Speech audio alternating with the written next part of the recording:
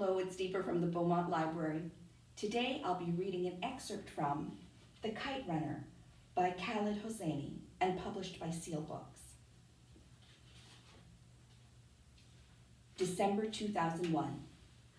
I became what I am today at the age of 12 on a frigid, overcast day in the winter of 1975. I remember the precise moment, crouching behind a crumbling mud wall, peeking into the valley near the frozen creek. That was a long time ago, but it's wrong what they say about the past, I've learned, about how you can bury it, because the past claws its way out.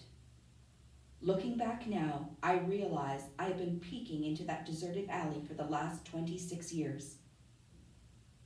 One day last summer, my friend Rahim Khan called from Pakistan.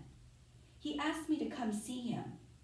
Standing in the kitchen with the receiver to my ear, I knew it wasn't just Rahim Khan on the line. It was my past of unatoned sins. After I hung up, I went for a walk along Spreckles Lake on the northern edge of Golden Gate Park. The early afternoon sun sparkled on the water where dozens of miniature boats sailed, propelled by a crisp breeze. Then I glanced up and saw a pair of kites, red with long blue tails, soaring in the sky. They danced high above the trees to the west end of the park, over the windmills, floating side by side like a pair of eyes looking down on San Francisco, the city I now called home. And suddenly Hassan's voice whispered in my head, "For you 1,000 times." Hassan, the hair-lipped kite runner. I sat on a park bench near a willow tree. I thought about something Rahim Khan said just before he hung up, almost an afterthought.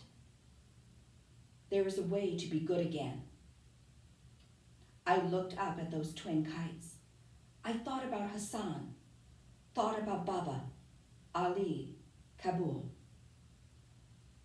I thought of the life I had lived until the winter of 1975 came along and changed everything, and made me what I am today. When we were children, Hassan and I used to climb the poplar trees in the driveway of my father's house and annoy our neighbors by reflecting sunlight into their homes with a shard of mirror. We would sit across from each other on a pair of high branches, our naked feet dangling, our trouser pockets filled with dried mulberries and walnuts. We took turns with the mirror as we ate mulberries, pelted each other with them, giggling, laughing. I can still see Hassan up on that tree, sunlight flickering through the leaves on his almost perfectly round face. A face like a china doll chiseled from hard wood. His flat, broad nose and slanting, narrow eyes like bamboo leaves. Eyes that looked, depending on the light, gold, green, even sapphire. I can still see his tiny, low-set ears and that pointed stub of a chin, a meaty appendage that looked like it was added as a mere afterthought. And the cleft lip, just left of midline, where the Chinese doll maker's instrument may have slipped, or perhaps he had simply grown tired and careless. Sometimes up in those trees, I talked Hassan into firing walnuts with his slingshot at the neighbor's one-eyed German shepherd. Hassan never wanted to, but if I asked, really asked, he wouldn't deny me.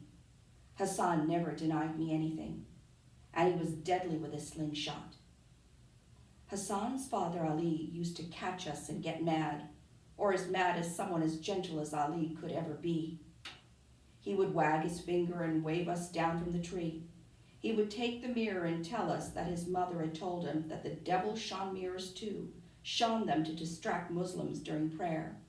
And he laughs while he does it, he always added, scowling at his son. "Yes, father," Hassan would mumble, looking down at his feet.